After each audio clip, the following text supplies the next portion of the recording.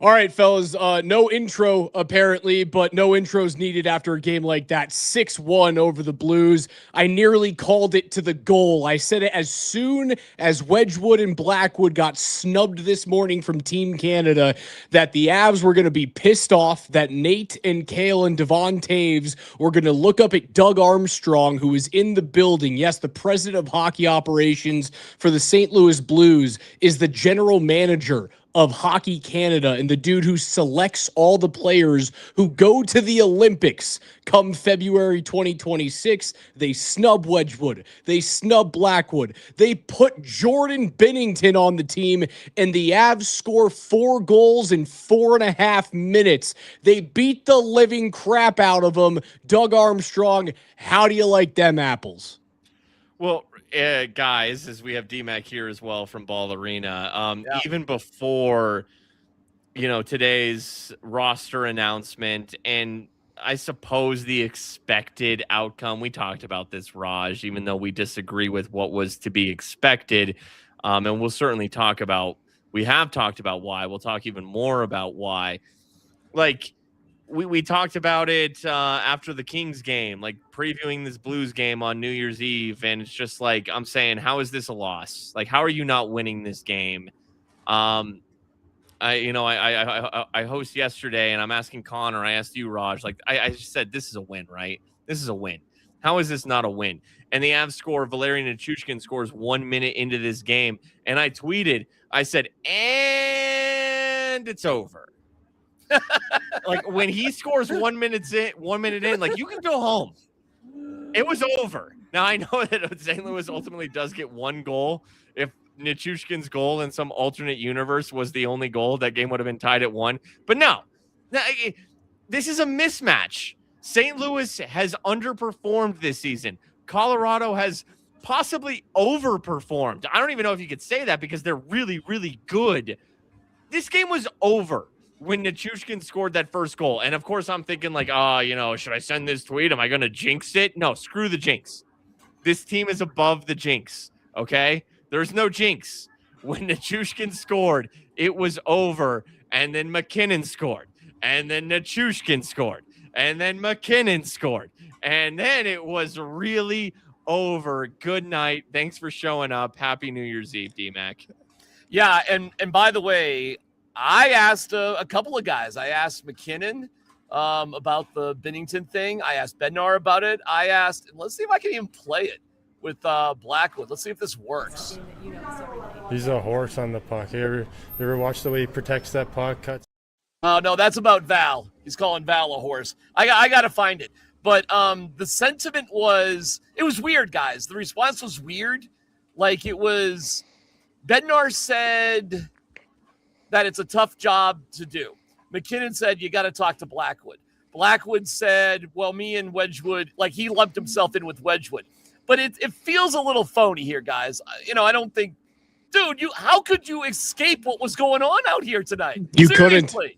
I mean, the juice in this building with Binnington was unbelievable. I've never seen 5 minutes of hockey with the Avs like that in 27 years. Have you ever? Well, actually, we haven't, because I think that was a record like 3rd fastest start ever in NHL history. How many thousands of games, Raj and Spring, is that? I mean, it's kind of bananas. Yeah, you are correct. It was those 4 goals in 4 minutes and 39 seconds to start a hockey game is the 3rd fastest set of 4 goals in the history of the league. The only teams who did it faster were the 1982 Islanders, who were a historic wagon. And then the Oilers did it in 1981. And, they also had some of the greatest players ever to play the game in Messier, Curry, and Gretzky on those teams. Yeah, this is a historic team having a chip on their shoulder. And I was like, what Spring and I were talking about last night, DMAC, was you are entering Michael Jordan needing to make things up to create a chip. And they didn't have to make this up tonight. Doug Armstrong, who is in the building this evening, did it for them. And it was so very clear. And what I love about that building, right? What I love about that crowd is largely everyone in the crowd had heard about what happened today. Yes. And they were smart about it. They knew it. They had their finger on the pulse. And I wasn't at the game. You obviously were. Yes. You could hear it and you could feel it. There's no doubt about it. Listen, hockey guys, there's a hockey culture, Raj. You know it better than anybody. And the hockey culture, but then like when you get away from the mics, like when I just looked around the locker room, there was all sorts of little sly this, sly that. Like you could tell. Now, we had a little Canadian on Canadian crime, right? Like, so we had a little bit of that going on. But at the end of the day, Avs fans, you got to love the fact they stand up for their own guy. And God, you know what? I got to be careful. It's not just their own guy. It's their own guys. Seriously. Because both of our goaltenders deserve to be there over Binnington. And the nepotism factor is kind of ridiculous, don't you think?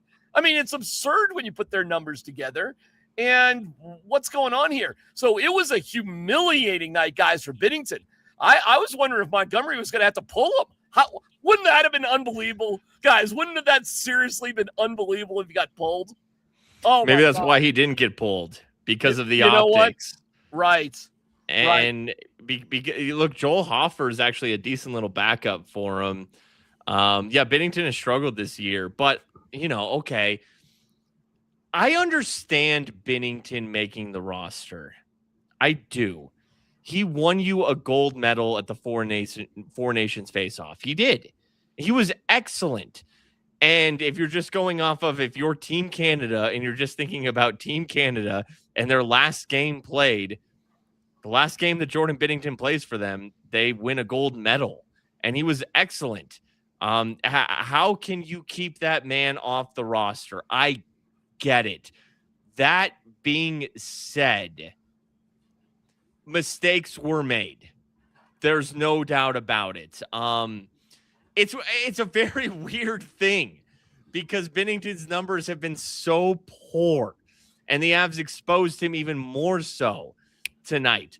But we are less than 1 year removed from him being excellent and winning them a gold in something that captivated the nation, that captivated North America. Maybe not Mexico, but the higher half of North America. It's not big in Cabo. Tijuana doesn't have a big Team Canada following. All right, I did find it. Here's Blackwood talking about it. Here we go. Like today, because I'm sure there was some disappointment with the Team Canada stuff, and then it's Binnington of all guys there. What was that jump flag or juice like for you today? Yeah, I mean, I think I'll speak for me and Wedgie. I think we both felt like we had a good chance to go. So I think we were both a little bit disappointed, but, it's the way things go, and we're focused on playing here. Were you aware just of the drama, though? I mean, it was something that is Binnington and Blues GM and all of that and the way you guys started. Can't really worry about that too much. Okay. Yeah. That's a pissed off guy, right? Yeah, especially his last. Can't worry about that too much. You could see his eyes kind of go up. He cares. He's not thrilled about it, and I heard Nathan McKinnon talking about it earlier today after morning skate. I think Gorilla Sports popped in and said something about it, or at least asked him about it. And McKinnon was like, "Listen, I want both of my goalies there, but I'm excited to play with Binner. I'm excited to play with Thompson and get back together with Kemper." Like he does the PR response earlier today, as he should. Like, you can't have the Team Canada guys going, well, fuck Doug Armstrong, he made the wrong decision, because then they show up in Italy and those other three goalies are like, what the hell, dude? So they can't say anything. What they can do is they can go out and piss pound Binnington in the first 5 minutes of this game. The shot attempts through one period of play today were 36-8.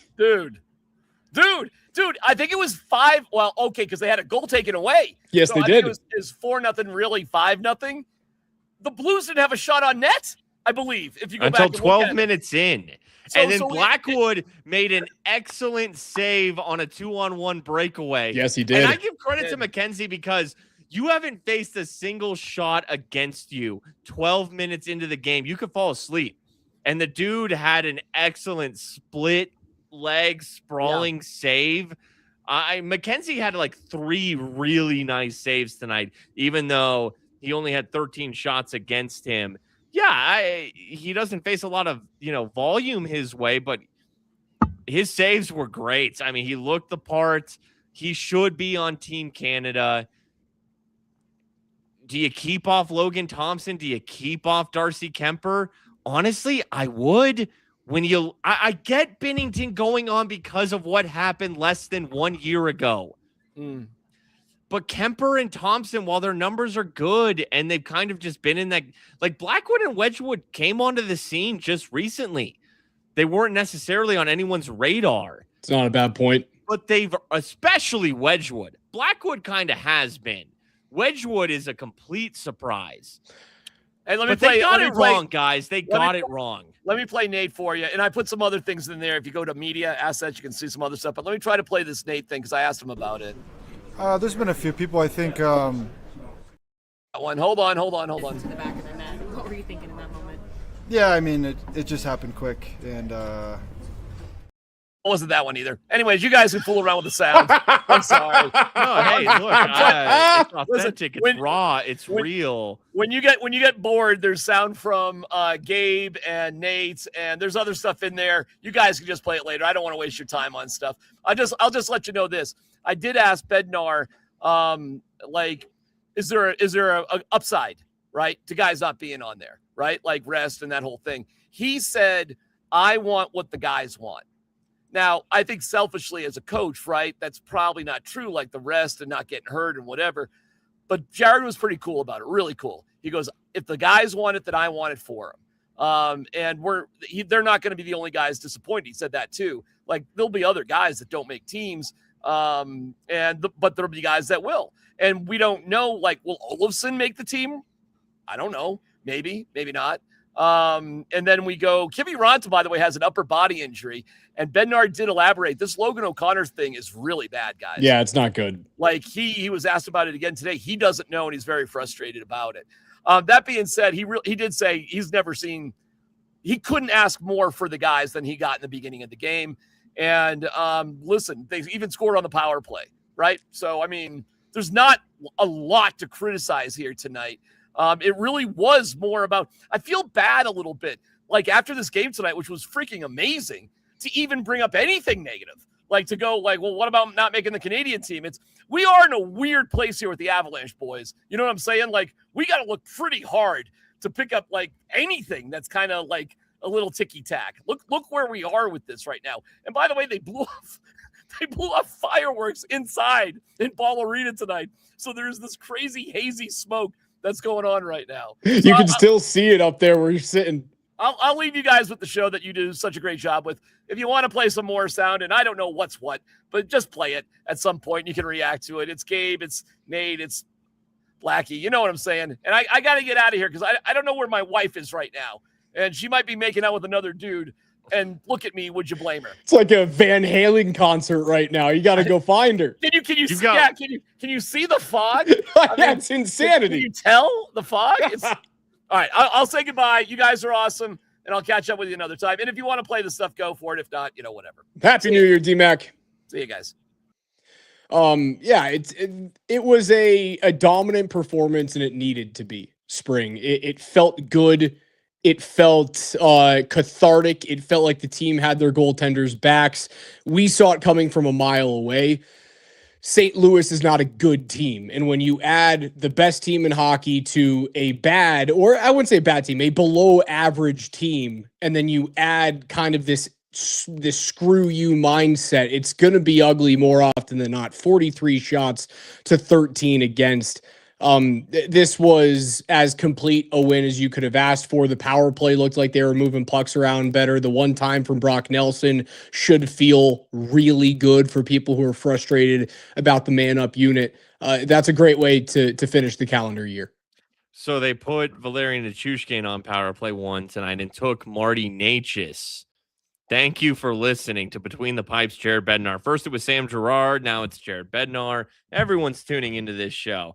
The thing is that, it's all about the hand of the shot. And even if you're not on that right wing where Brock Nelson is and has been for a handful of games now, after they gave Olofsson some run over there, and they even tried Necas on the right wing, a right-handed shot of late, although Necas still kind of floating and moving. Even in the middle, even net front and in the slot, and certainly on the right wing, that left-handed shot matters. It's just quicker. It's just there's a foot or two less distance that the puck has to travel if it's Nate going to the middle, if it's Nate passing cross ice, if it's Makar at the point going to the right, like he did to Nelson on that goal, it just gets to a left-handed stick quicker than it does a right-handed stick. It's just math and physics. The right-handed stick is further away from the net. The left-handed stick is closer to the net. As Alex Ryanemi is, what's going on, bud? I'm just going to do the show from down here. I'm going to lean back in my seat right now and do the show from all the way back here. My microphone arm is like disintegrating in front of me. Oh, so this is like a holding the mic type situation? You're losing stamina? Yeah, this is. I was on Why my don't you knees. have a chair? I was going to ask you before the show. I Where's have your a chair now, but I also got a new laptop stand. But I'm not using my laptop. I'm using my iPad tonight like a big idiot. So the iPad doesn't sit on the laptop stand properly, so it kind of shoots down at an angle. So now I have to crouch on my seat like this. At the beginning of the show, I was on my knees talking to you and DMAC. They started hurting. So now I'm holding my microphone with my left hand, and I am leaning over, hunched. I'm going to wake up with a ruined back at this point. All right. Over there, let's see. You're leaning on your left arm. It's all about those left-handed shots, my dude.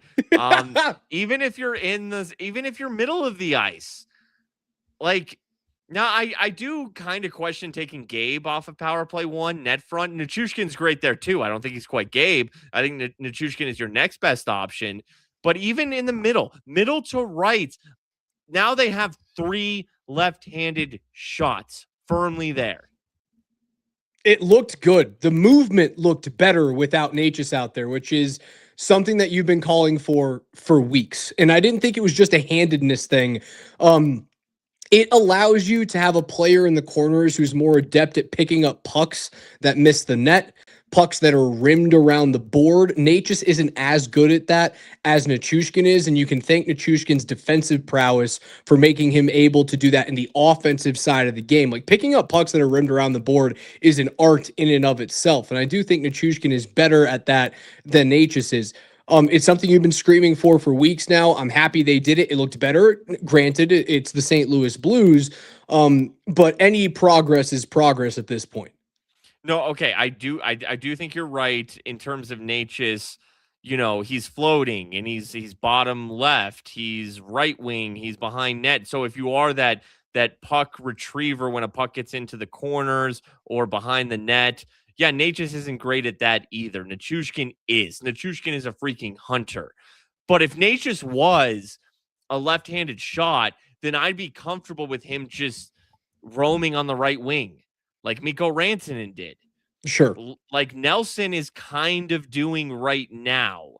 Natchez could just sit on the right wing if he was a left-handed shot.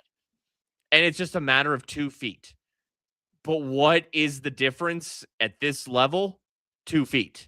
You know, it has to be like that. And that's why Jared Bednar did the right thing. And he took Natchez off of power play 1.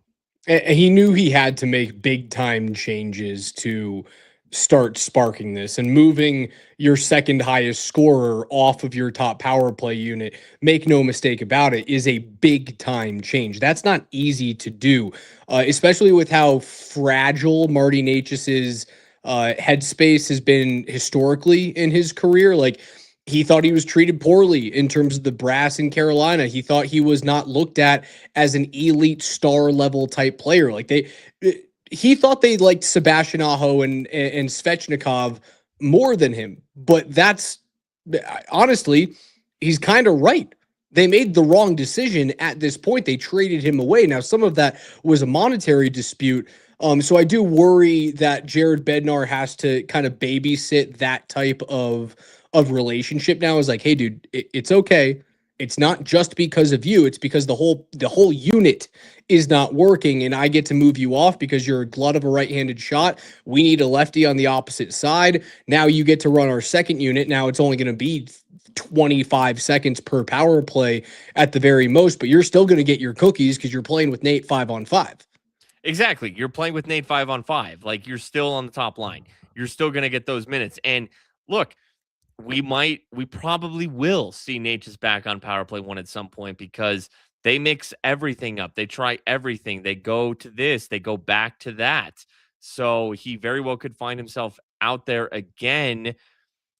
I'm not sure I would love that for the reasons that I've wanted it to change and that I was pleased with tonight's decisions. I would simply tell Marty Natchez, I would say, look, man, we want you out there. But due to the hand of the shot and your skill set and the fact that you're similar to Nate, who we want on that left wing with space, that's why we're doing this. It is not a knock on you. Like if Nathan McKinnon didn't exist, you would be in Nate's role and we would be comfortable with that. But we do have the best hockey player in the world who is also a right-handed shot, who needs space on that left wing.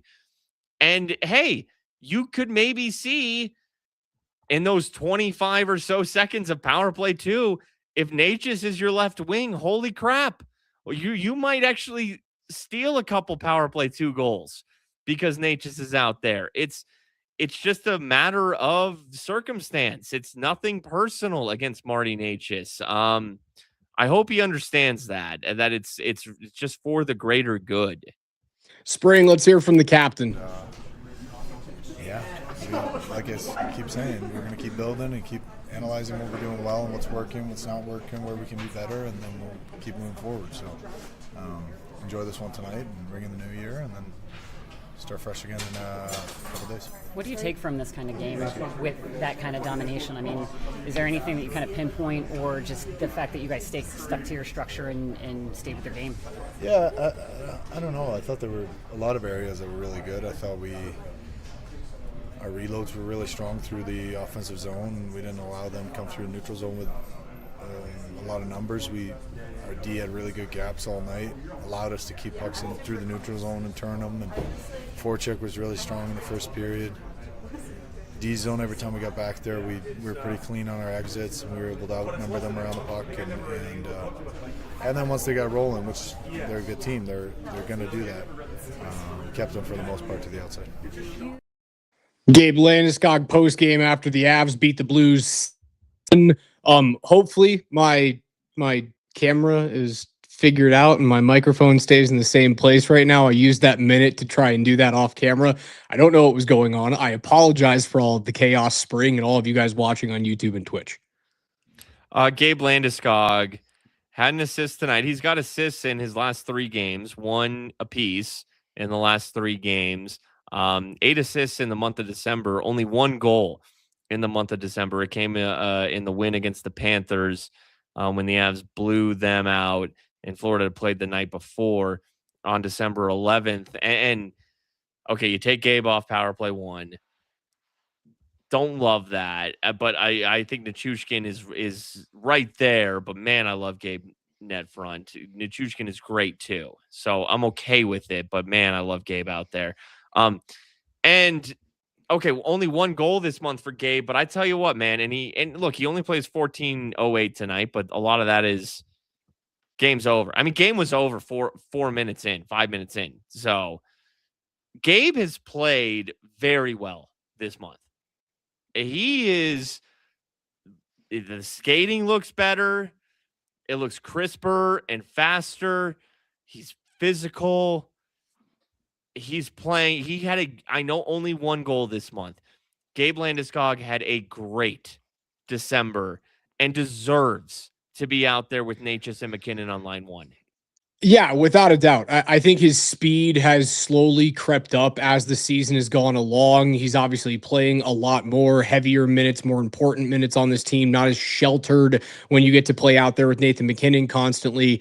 It makes me not worried about kind of the longevity of his knee. If the team or if Nate was worried about, or rather Landy was worried about what happens later on the season, he wouldn't be playing top line minutes right now. He wouldn't be playing alongside Natchez and Nathan McKinnon. They would be still treating it with kid gloves. He'd be on the second and the third line. He'd be filling in on maybe some PK units, stuff like that. Maybe he wouldn't even see any special teams time if they were nervous about the longevity of the knee. He deserves to be in Italy with Team Sweden. Honestly, should probably be wearing a C for Team Sweden when they get there to the Olympic Games. So he'll be another Av that does not get those 2 weeks off. It's funny, if I had my choice of the litter of players who need 2 weeks off in February, Gabe would be at the very top of that list. But I also love the comeback story for him to show up there as the dark horse and win a medal. I think he'll be fine, and he should play for Team Sweden, and it's going to mean a lot to him. I think now that we transition to the next year, he's back. He's back, and the goals are going to come. Everything's going to come. Save that drop. Gabe Landeskog, it's there. I see it when he plays. So next up for Colorado, Raj, they got this East Coast road trip. Nordiques Whalers take 2 on Saturday. Should be a fun one. You play 22 hours after that in Florida, which kind of sucks. And then you wrap up in Tampa. Like, this is a step up. Like, you looked at this Kings game and it was like, yeah, LA's good, but they're like upper mid. That's a win, and it was. Blues are like lower mid right now. You knew it was going to be a win. It was a win. Gets a little more uncertain. A little like this is a little bit of a test here finally coming up this weekend and early next week.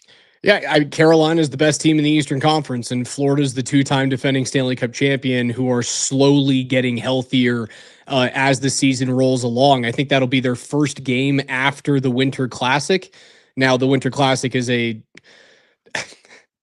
name only, the Winter Classic. You're playing it at Lone Depot Park in Miami, which as of right now, I believe the roof will be closed for that Winter Classic. I have been thinking this for many years. The outdoor games are starting to lose their luster. And just because you're trying to bring it to either new markets or markets that have recently won cups, I guess I understand wanting to go to Florida, but it doesn't have the same feel. That feels like a stadium series game. Winter Classic should be in big open air stadiums in cold weather cities. I know people got sick and tired of seeing them in Chicago, in Michigan, and stuff like. It's where those games should be. And I'm not necessarily like looking forward to that matchup for the Winter Classic, but it will be the first game after, and I wonder if they'll play in those jerseys 2 games in a row. Yeah, they're nice jerseys. Typically they don't. They'd be fun though.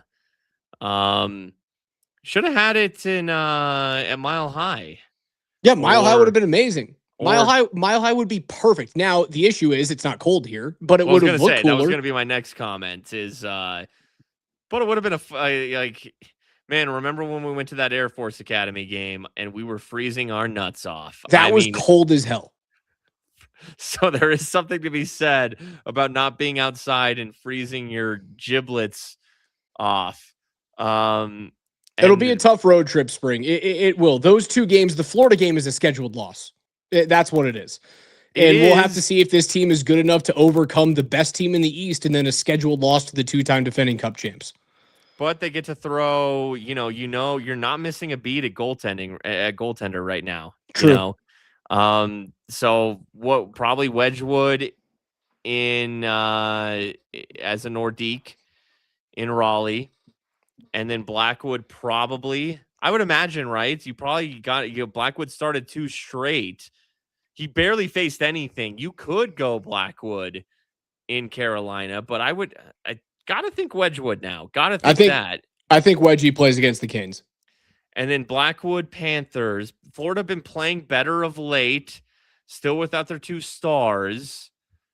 But you're throwing Blackwood out there. And, I mean, this team, they're just almost inevitable. Like, Carolina gets them. They're one of their 2 losses, albeit beyond regulation at home.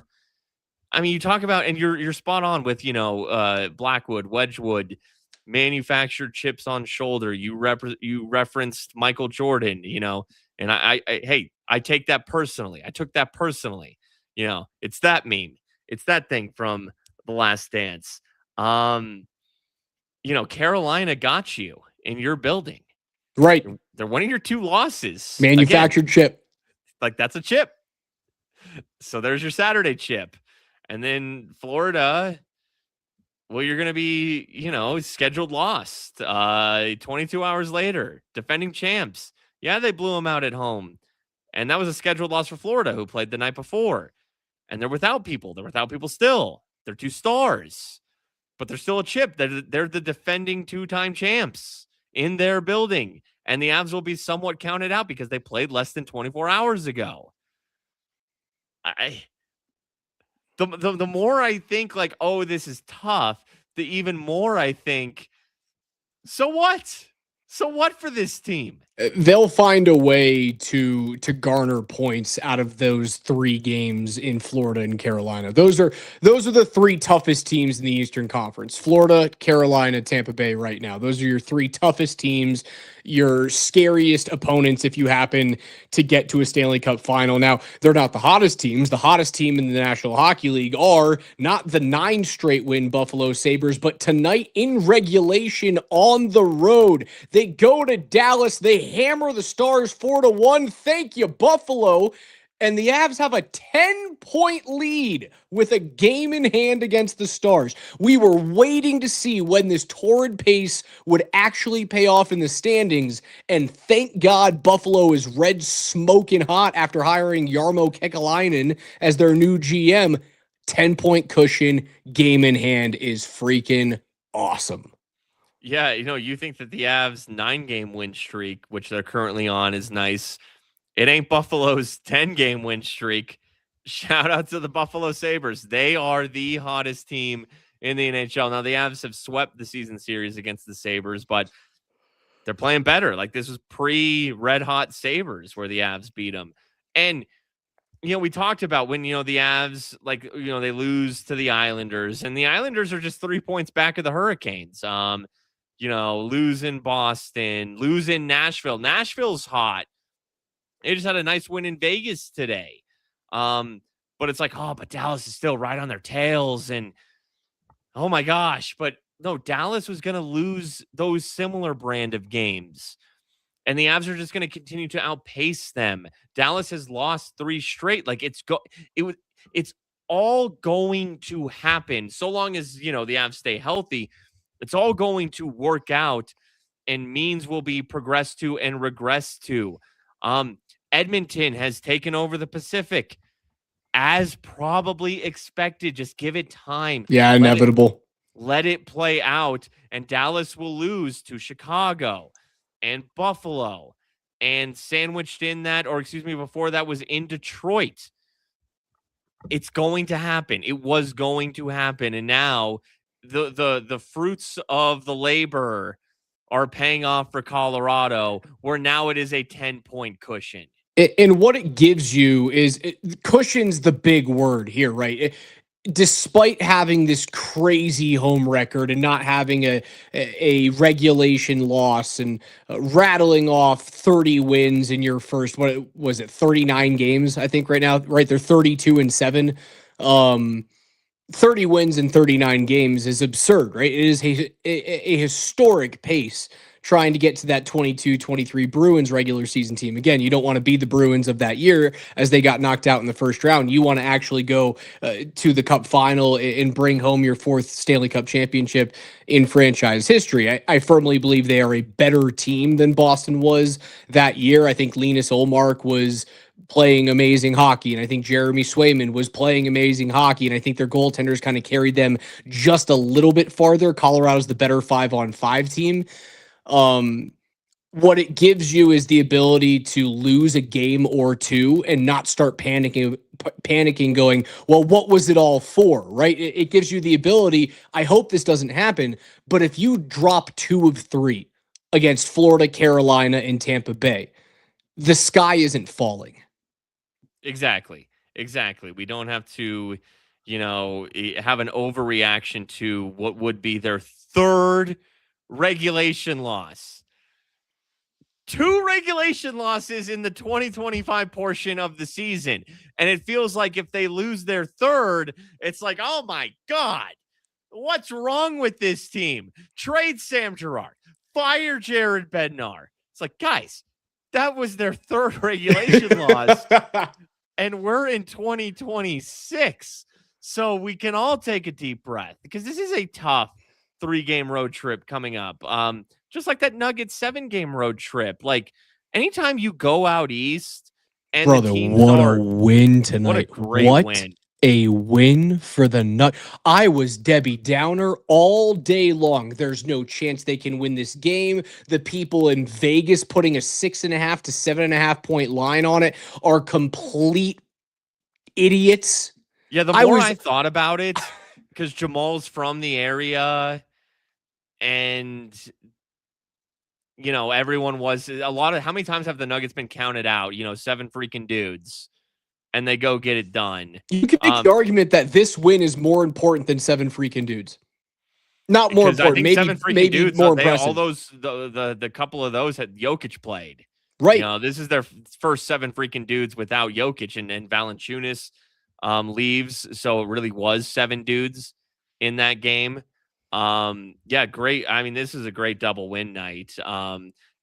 This is the Avs doing exactly what they should have done, and that's crush these dudes. It's the Nuggets getting a upset win with the odds stacked against them on the by road the skin of their teeth. I thought there was 2.7 seconds left on that clock. Like I thought even if Bruce Brown missed that free throw, like there's still no time to get up the floor. And there was, I guess they needed 2.8. They needed just on the seconds. fingertips of Brandon Ingram. By the skin of their teeth, they get away with that. They played great, man. I thought they had zero chance to win that game. How about Deron Holmes? I mean, it's time. Like now, I think that this was all like I always talk about the hockey gods, the basketball gods. They're forcing Deron Holmes to play. Yes. Like now, you were drafted to be a role player. We know you tore your Achilles, but it's time.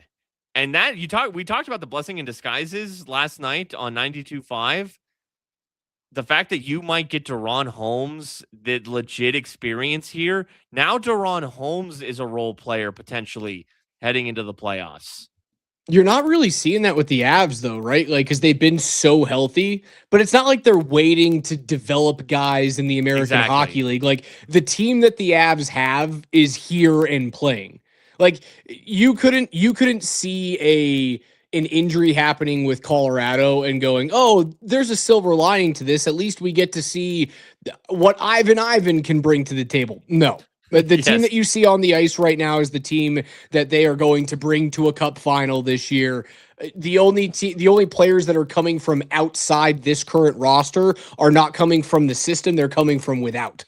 The only 2 prospects I see with the Avs right now that are worth anything are Mikhail Guliev, and I haven't even kept up on him. Do you know what he's doing, where he's at? You're my guy for that. He has unfortunately seen his minutes dip in the KHL in his 2nd straight season with the team, which has been very odd. What I hope that does is it forces Guliev to go, all right, I'm coming over to North America. I don't need to be in the K anymore. I've kind of lost favor over here. And as I think he's 19 right now, he might be 20. To bring him over earlier would help them more. Play a season with the American Hockey League with the Eagles, and then see if he can make the team as a 21, 22-year-old the following year. Okay, so he's still really young. Yeah, super young. He's not even somebody that, like, should one of their 6D go down, you're not even turning to him like the Nuggets would have Deron Holmes, who is ready to play. I mean, I know an Achilles tear is tough, but, like, no, you're ready to play. I know you are. And then Nabokov, the goaltender, would be the other one. We've talked about him. You got the woodshed. You got the lumber yard. I'm a woodshed guy. Yeah, there's nobody. Like, if the Avs were to face a handful of injuries on wood table here, I'll knock on it in honor of the woodshed. There's no Deron Holmes coming to save you. No, there isn't. The only way that you could get saved is by trading picks or trading those assets that you talked about. There's a kid from UMass that they drafted in the 3rd round, Francesco DeLecce, who is having a pretty good season. I don't know what that really means. you might be able to utilize that kid in a trade chip, but then you run into the issue of like, oh, did you move on from Callum Ritchie too early? I think the answer right now is no. You traded Callum Ritchie and you got Brock Nelson, and that dude has been freaking fantastic, and he signed for 3 years. Now, I think Callum Ritchie can be a good player in this league, but I know Brock Nelson is a good player in this league. You look at the trade that sent Will Zellers, who's currently on the USA World Junior team and having a wonderful start to that tournament. I think Team USA lost to Sweden today in their final round robin matchup, but they're going to move on to the quarterfinals and be just fine. You look at Will Zellers and you go, oh no, how did you pair him in the Charlie Coyle trade? But then you look and you go, oh, what happened at the end of that trade? You got Gavin Brindley back. I know Gavin Brindley is a good NHL player. Will Zellers might be a good NHL player. Now, we have to look at the entirety of those trade trees. I think they've done a good job at creating the best possible roster for now. I still think there might be a little bit work to be done. If there's a larger left-handed shot defenseman that comes available, I do believe McFarland is going to kick the tires over there. But again, we've talked about this so many times through the first 39 games of the season. There just really aren't big left-handed shot defensemen that are going to be available this season. And Girard has been playing well. He's been playing well. He's not yeah, big, he's been playing fine. He's been playing fine. But he's been playing well. Right now, I mean, somebody in the chat mentioned Logan O'Connor. We brought him up early in the show. Kiviranta hurts. Even if Kiviranta is healthy, are you just looking at a depth bottom six forward, something like that? With the uncertainty of Logan O'Connor, they did play Zakhar Bardakov tonight, but I am not sure. Every minute matters. If they went with Bardakov as like your last forward in the playoffs, I could live with it. But I almost would want, if you could get whatever the version of Darren Helm or Andrew Cogliano is out there, if you get something like that, that'd be pretty good. Completely agree with you. I do believe that the uncertainty of Logan O'Connor forces your hand to try and go out and make a move like that. I would prefer that they make that move earlier rather than later. You see a lot of these teams overpay. Who is the cat that they got at the trade deadline? Yakov Trenin. Remember Yakov Trenin? I do. Like, and they that's got the type of Brandon Duhaime as well at that deadline. Those are the type of guys. I can't remember what they gave up for those players, but I remember those trades being for like second or third rounders. Not much. And those are the types of players. Yes. Those are the types of players. I don't want to give up second and third rounders for Yakov Trenin, Brandon Duhaime. The way that you combat against that is you make the trades earlier in the year. Sure. I think the ability to go out and get a grinding bottom six forward will be much easier than finding a left side defenseman in this year's market. Yeah, we brought up Jamie Alexiak. Maybe you decide you want the size. It would take Girard, but I like Girard. I could make that trade. Girard's been good though. Malinsky's been good. Malinsky's been awesome. Malinsky's on this team for a long time. No, I was just going to say Malinsky's been better than Girard, but oh yeah, Malinsky fucks. That dude is great. Yeah, he's so good. I love that hockey player. Yeah, he got an assist tonight, and I mean, so we're at the point where Sam Girard's your 6D. I don't know, man. I mean, if he's your sixth defenseman, that's pretty solid, right? Pretty good.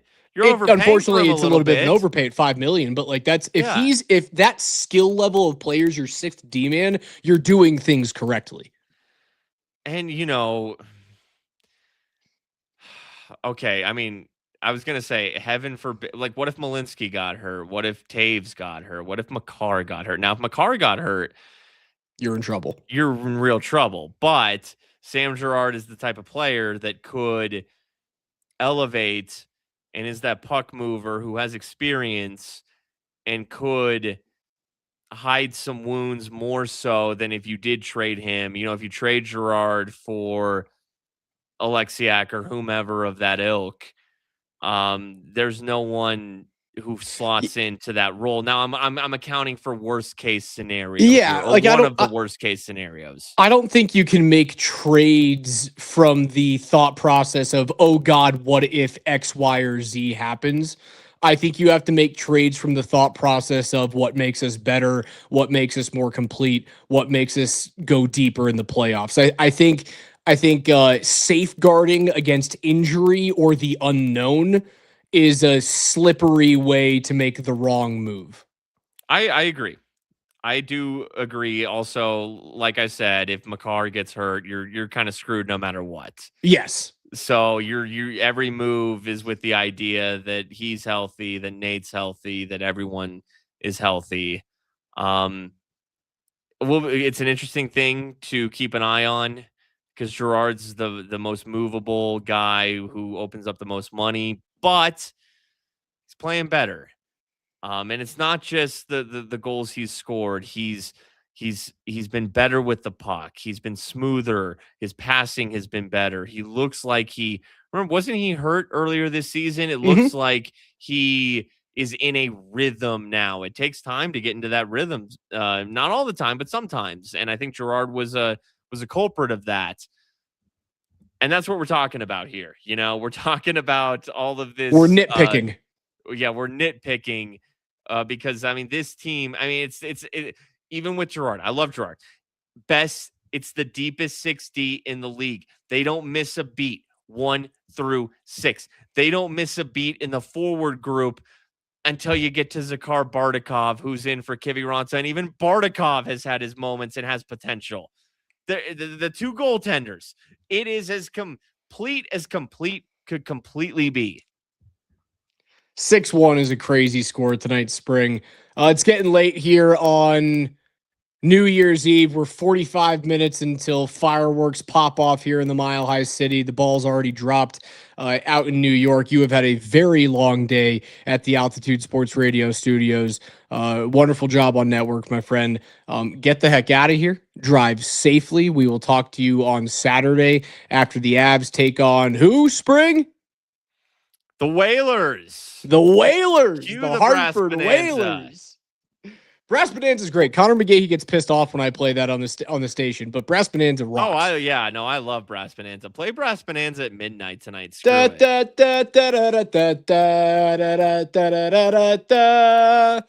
It's too good. All right, Avs win. They're better than the Blues. Binnington sucks. Doug Armstrong made a terrible decision, and the Avs shit in his face for it tonight. Talk to you guys on Saturday. From Spring and I to all of you guys out there, the happiest of New Year's. We love each and every one of you. Thank you so much for being with us every single game. We can't do this without you guys. We wouldn't do it without you. Again, if you're going out or if you're even going out and picking people up and being a DD tonight, please keep your eyes peeled, drive safely, drive slowly, get home, and enjoy your day off tomorrow. Enjoy the holiday. Bunch of college football. Broncos coming up on Sunday. We will be live from 6 a.m. to 6 p.m. on 92.5 on Friday to preview the Broncos and the Los Angeles Chargers in that game. So again, we'll talk to you guys on Saturday. The happiest of New Year's from Between the Pipes.